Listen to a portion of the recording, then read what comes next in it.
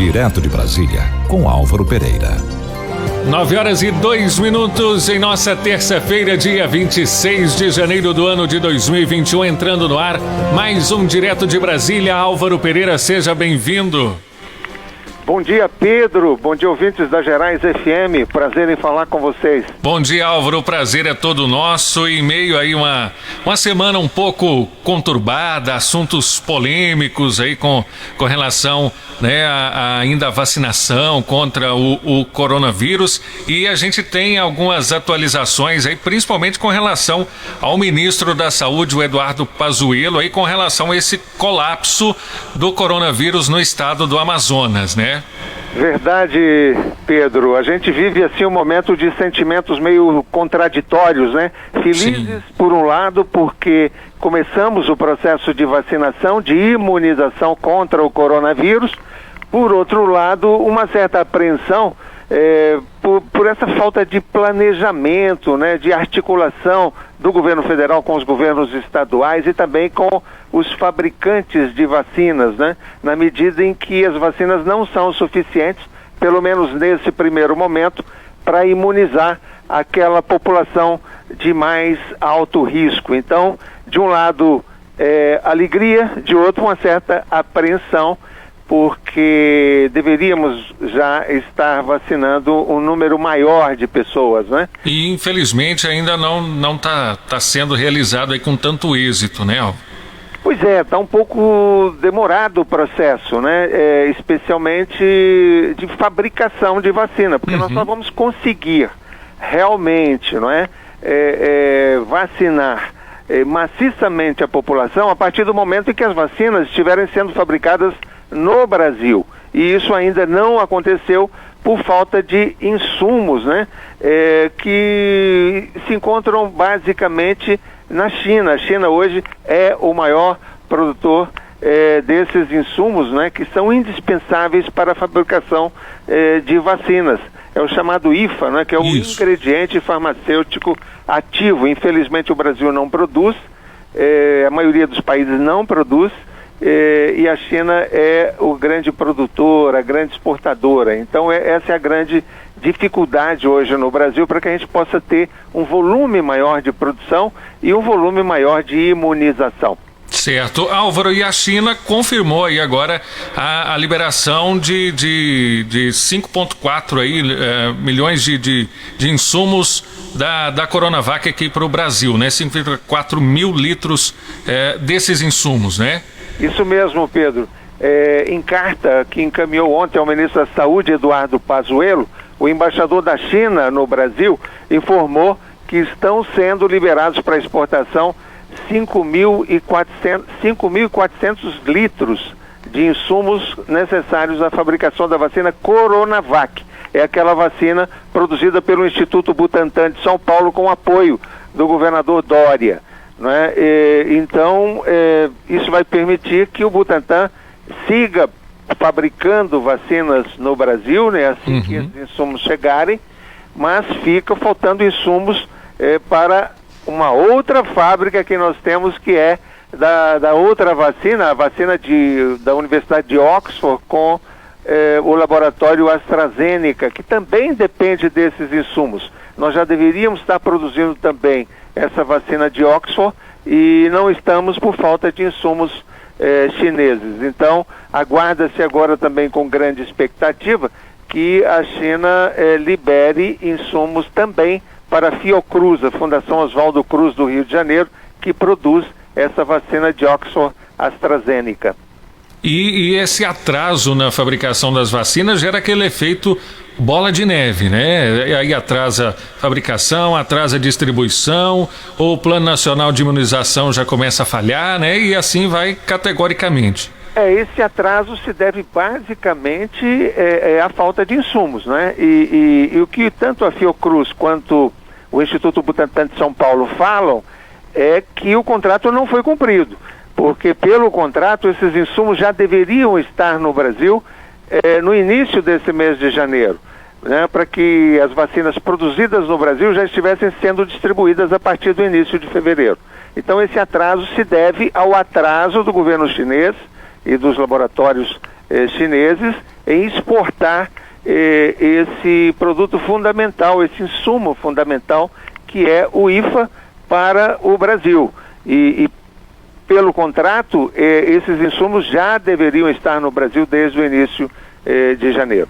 Perfeito. Álvaro, e dentro desse assunto ainda também, falando aí desses atrasos, o próprio ministro da Saúde, o Eduardo Pazuello, já vai agora ser inserido com uma investigação, né? O STF autorizou essa investigação sobre a conduta aí do ministro, né?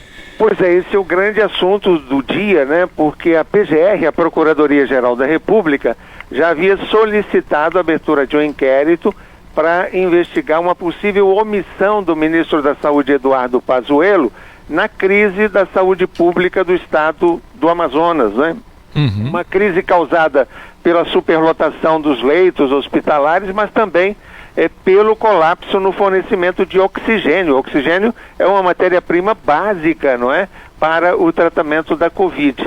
Então, a PGR fez essa solicitação no sábado, encaminhou ao Supremo Tribunal Federal, foi nomeado um relator, que é o ministro Ricardo Lewandowski, e ontem o ministro Ricardo Lewandowski autorizou a abertura de inquérito para investigar o ministro da Saúde.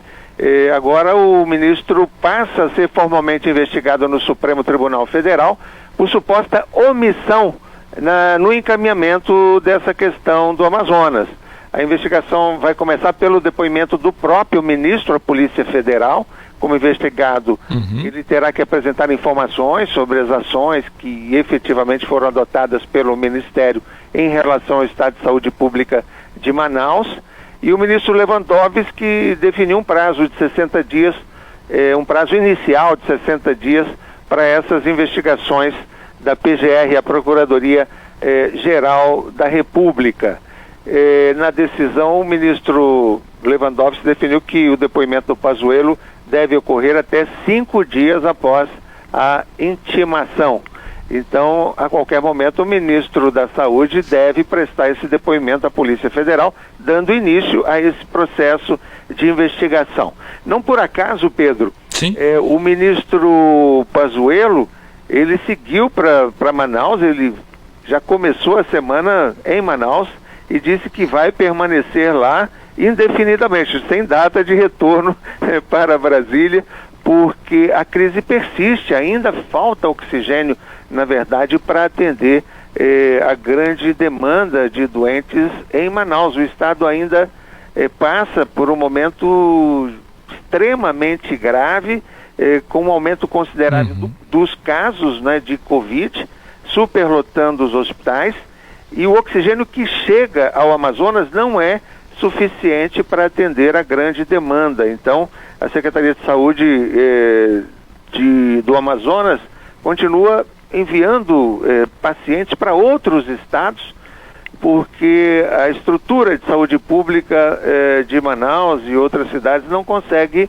atender a todos os doentes. Infelizmente, é uma situação bastante dramática, infelizmente, e hoje a população do Amazonas. E o estado do Amazonas, como uma grande parte dos estados aí do norte e nordeste, já são deficitários no sistema de saúde há muito tempo, tem um sistema de logística muito complicado, e com o coronavírus agora e com essa média de infectados aumentando cada vez mais, esse colapso que já existia há muito tempo agora está cada vez mais concretizando, né?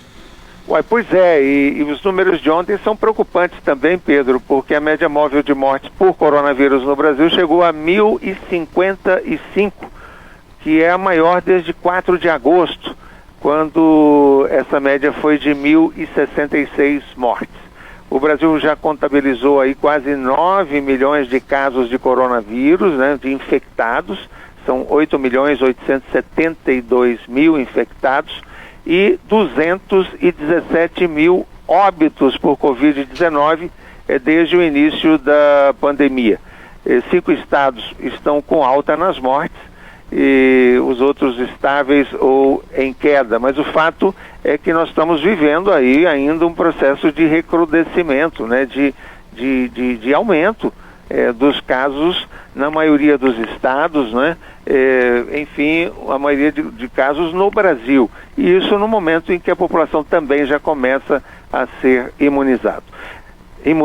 Então, acho que a gente tem agora que regularizar o suprimento desses insumos aí que são fundamentais para a produção de vacinas no Brasil. Nós temos 2 institutos extremamente qualificados para fazer esse trabalho, que são o Instituto Butantan em São Paulo e a Fiocruz, né? A Fundação Oswaldo Cruz no Rio de Janeiro. Está todo mundo lá aguardando os insumos para produzir aí um volume considerável. A Fiocruz diz que tem condições de produzir 15 milhões de doses por mês, por exemplo, para você ter uma ideia. Então, passando esse gargalo aí da fase inicial, eu acho que nós temos todas as condições de, aí sim, a partir de março, abril, iniciar um processo de vacinação em massa da população para chegarmos ao fim do ano, quem sabe, com a população imunizada. Quem sabe nós teremos isso aí o mais breve possível, é o que cada um de nós espera, né? Passar essa pandemia aí o mais rápido possível, imunizados. Álvaro. Acho que o caminho já foi apontado, é a vacina, não tem outro caminho, né, mais eficaz para imunizar a população e ficar livre dessa doença terrível. Claro, com certeza. Álvaro, obrigado pela participação em mais um Direto de Brasília. A gente se encontra na semana que vem. Se Deus quiser, Pedro, um abraço, prazer em falar com você, os ouvintes da Gerais FM.